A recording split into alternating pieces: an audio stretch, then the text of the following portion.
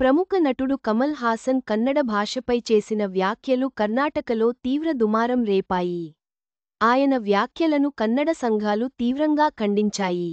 కమల్ క్షమాపణలు చెప్పాలని డిమాండ్ చేశాయి. చెన్నై, కన్నడ భాషకు తమిళమే మాతృక అంటూ ప్రముఖ నటుడు కమల్ హాసన్ చేసిన వ్యాఖ్యలపై తీవ్ర దుమారం రేగుతోంది. కమల్ వ్యాఖ్యలను నిరసిస్తూ మంగళవారం కర్ణాటక వ్యాప్తంగా నిరసనలు, ఆందోళనలు జరిగాయి. కమల్ కార్యక్రమానికి కన్నడ సూపర్ స్టార్ శివరాజ్ కుమార్ కూడా హాజరయ్యారు. ఆయన ఎదుటే ఈ వ్యాఖ్యలు చేయడం గమనార్హం.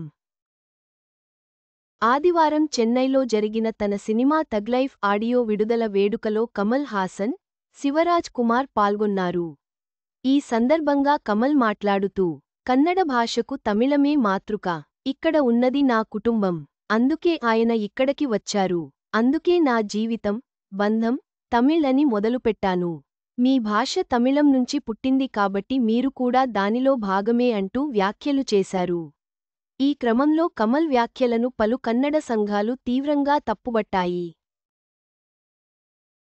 ఆయన క్షమాపణలు చెప్పాలని డిమాండ్ చేశాయి. లేదంటే కర్ణాటకలో కమల్ సినిమాలను బహిష్కరిస్తామని కన్నడ రక్షణ వేదిక హెచ్చరించింది. బెంగళూరు వ్యాప్తంగా థగ్ లైఫ్ సినిమా బ్యానర్లను నిరసనకారులు చించేశారు. ఆ సినిమాను రాష్ట్రంలో నిషేధించాలని డిమాండ్ చేశారు. మంగళవారం సాయంత్రం బెంగళూరులో జరిగిన థగ్ లైఫ్ ప్రీ రిలీజ్ కార్యక్రమ వేదిక వద్ద భారీ సంఖ్యలో గుమిగూడారు. కమల్పై నల్ల ఇంకు పోస్తామంటూ హెచ్చరించారు. తమకు భయపడి ఆయన వేడుకకు గైర్హాజరయ్యారని ఎద్దేవా చేశారు. మరోవైపు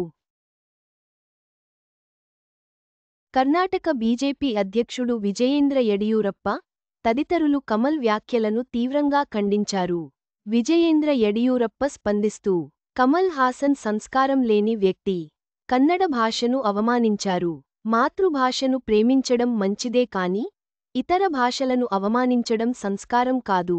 కన్నడ సహా అనేక భారతీయ భాషల్లో నటించిన కమల్ హాసన్, తన ప్రసంగంలో తమిళాన్ని గొప్పగా చెబుతూ శివరాజ్ కుమార్ను అందులో భాగం చేయడం కన్నడను అవమానించడమే కాదు, అహంకారం ఉన్నట్టు స్పష్టమవుతోంది అంటూ ఘాటు వ్యాఖ్యలు చేశారు. కమల్ హాసన్ వ్యాఖ్యలు కర్ణాటకలో తీవ్ర వివాదానికి దారితీశాయి. క్షమాపణలు లేదా సినిమా బహిష్కరణతో ఈ వివాదం ముగియనుందో లేదో చూడాలి.